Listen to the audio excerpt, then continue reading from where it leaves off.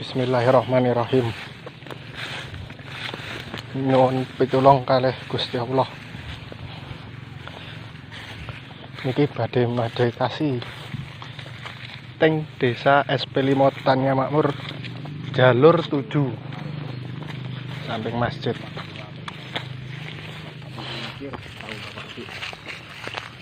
Iku muramur mbok. Ini kami dari tim Gubyuk ataupun tim apa yang namanya ya, jadi barulah sekedar penasaran dan akan kami telusuri apa tilas. Katanya rumor yang beredar di daerah SP5 Tania Makmur ini ada masjid yang sudah lama tidak dipakai. Memang keadaannya masjidnya sudah pindah di sana sebelah, jadi masjid mewah.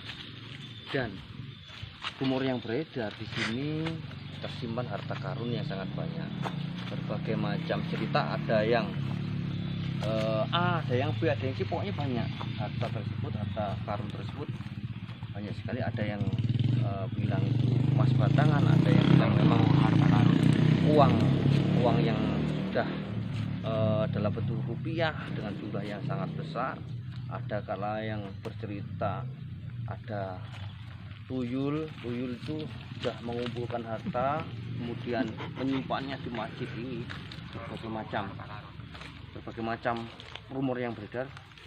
Coba nanti saya akan meditasi dengan sesuatu ataupun dengan makhluk yang ada di sini, dan mudah-mudahan ya kita nanti akan menemukan jawaban ataupun sebuah wacana baru. Masalah kebenaran atau tidak, semuanya kita kembalikan kepada Allah Subhanahu wa Ta'ala, karena yang mempunyai sesuatu yang gaib hanyalah Allah. Amin. Dan mudah-mudahan ya kita mendapat hikmah yang besar dari kejadian ataupun event ini. Langsung kita Berangkat. Bismillahirrahmanirrahim. Kita menyulit bagian. Karena sebetulnya dimanapun kita berada, dimanapun tempatnya, makhluk jin itu selalu ada. Kemudian jin itu memang ya berbagai variasi seperti kehidupan manusia pada umumnya. Ada yang taat, ada yang tidak, ada yang Islamnya itu cuma di bibir, ada yang kafir, ada yang non muslim, banyak. Nah, mereka biasanya ya kehidupannya seperti kita pada umumnya. Kalau yang muslim taat ya sering ke masjid gitu. Makanya kita itu jangan takut dengan mereka, karena sesungguhnya segala sesuatu itu dari kita sendiri. Nanti akibatnya yang dari kita sendiri.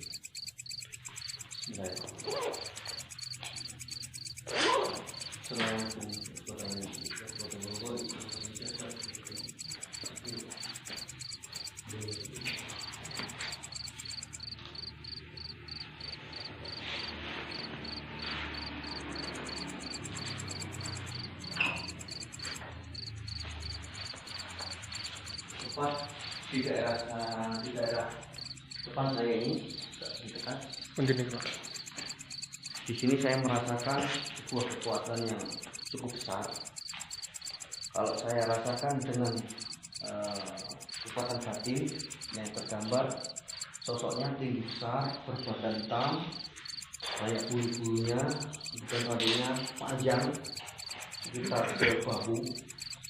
Ada tanduknya itu agak beda hitam, kurang lebih ya satu jul.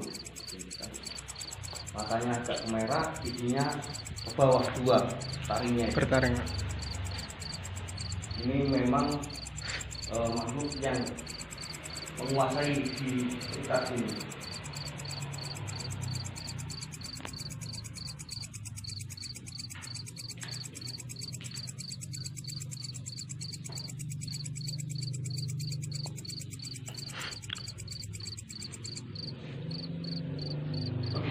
Ada yang mau ditunjukkan.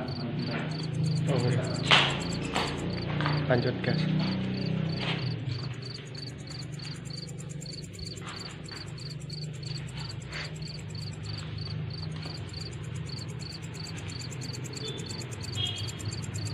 Malah dari interaksi kami yang kami tangkap, kalau seseorang yang kesini mau mencari sesuatu, maksudnya harta karun, maka dia adalah sia-sia. Maksudnya sia-sia itu dia tidak akan ketemu. Karena sesungguhnya yang punya di atas segala-galanya itu bukan mereka. Mereka tidak ada hak sama sekali. Nah, ini belum kita selidiki sejauh mana. Apa memang dari pembicaraan kami itu ada yang ditutupi atau memang dia nggak tahu sama sekali.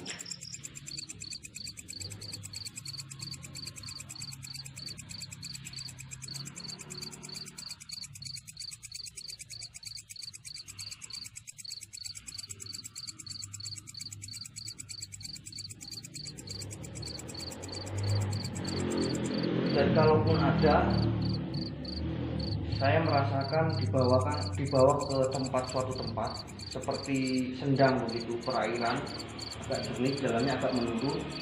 Nah, di situ memang ada seperti sinar keemas-emasan. Sepertinya kalau dalam wujud dunia nyata itu emas, tapi batangan agak panjang. Itu pun prosesnya nggak semudah membalik telapak tangan. Kalau mau mengambil itu harus pertama niatnya itu harus tulus murni, bukan untuk kekayaan duniawi. Maksudnya ya bisa untuk membangun pesantren, membangun tempat-tempat ibadah ataupun kemaslahatan orang banyak. Dan tidak boleh diperkenankan mengambil tanpa hak untuk kepentingan-kepentingan yang sifatnya itu pribadi. Sangat dilarang.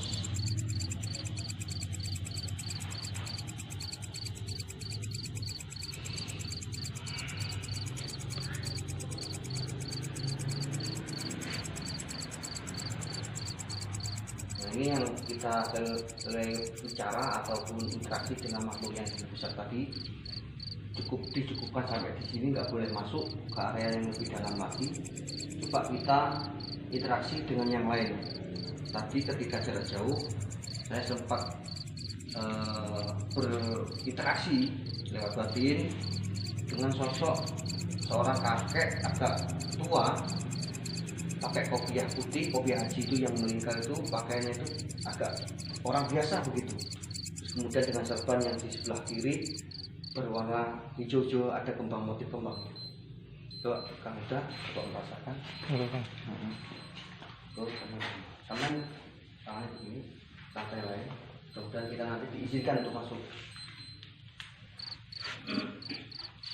Itu saya bismillahirrahmanirrahim. Yang udah dulu juga. Yang kedua baik, yang kedua jasa, yang kedua hadir. Inilah la haula wala quwwata illa billah. Assalamualaikum. Waalaikumsalam. Jadi gerakannya ketiga. Terus putih masuk begitu. Saya agak berkeringat, kelihatannya sudah mulai. Assalamualaikum. Tahan dulu, jangan lama.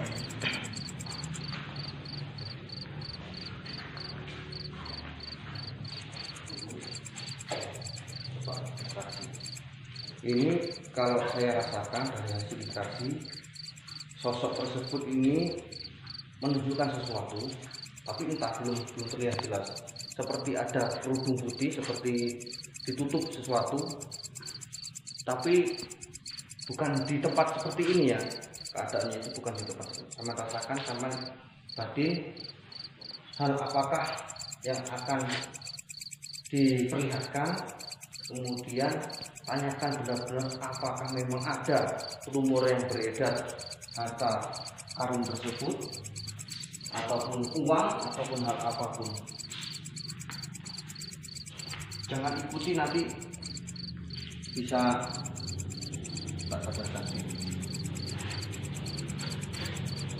Ini saya yang menerjemahkan. Memang tahan terus, pelan-pelan, lemes, tapi jangan kaku ya. Coba saya perjelas lagi.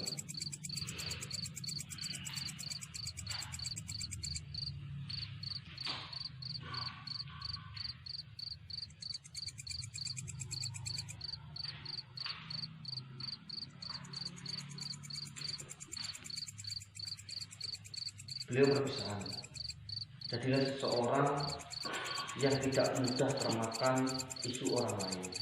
jika kita tidak melihat secara langsung, tidak tahu secara batinnya ataupun secara gaib, kita nggak usah ikut terprovokasi ataupun terbawa-bawa, karena hal itu belum jelas keadaannya. Akan beliau berpesan dengan posisi duduk memegang tongkat seperti di tempat duduk amben-amben itu kalau bahasa Jawanya. Beliau berpesan sebenarnya kekayaan yang sejati adalah amal, adalah ilmu, adalah pengabdian kita kepada Sang Maha Kuasa Allah Subhanahu wa Ta'ala. Kalau kita mau sesuatu yang saya sebutkan tadi ini bisa menjadi kekayaan abadi dunia sampai akhirat. Bahkan beliau berpesan lagi, sebenarnya yang dicari orang-orang itu bukanlah dari hal di sini, tapi memang sesuatu yang sifatnya itu masih melebar, bisa dari arah-arah sebelah-sebelah. Kalau di daerah sini tidak akan menemukan hal sesuatu kecuali hanyalah amal, hanyalah ilmu dan pengabdian kita kepada Yang Maha Kuasa. Pak,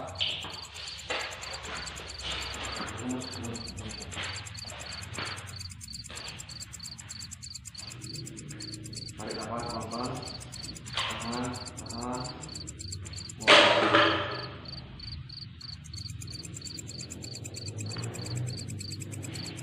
Ini sudah lemas sudah.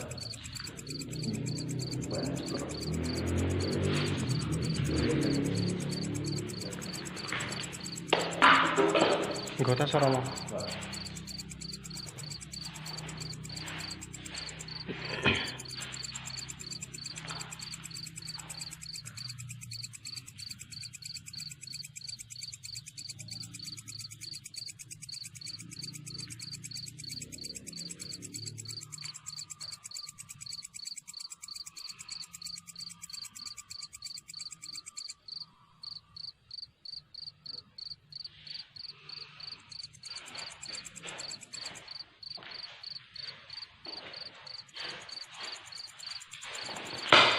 Itu masalah sesuatu yang putih yang ditutup kain kapan ataupun buah kain agak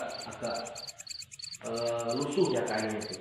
Jadi kekuning-kuningan itu kami belum tahu apakah itu uang, apakah itu harta emas ataupun sesuatu yang lain. Ini masih dalam proses penyelidikan.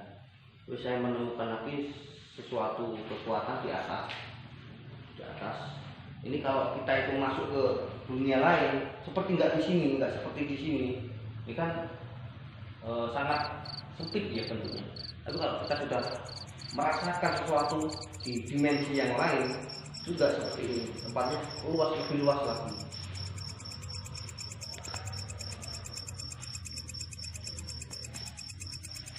Mungkin karena ini efeknya kurang tepat.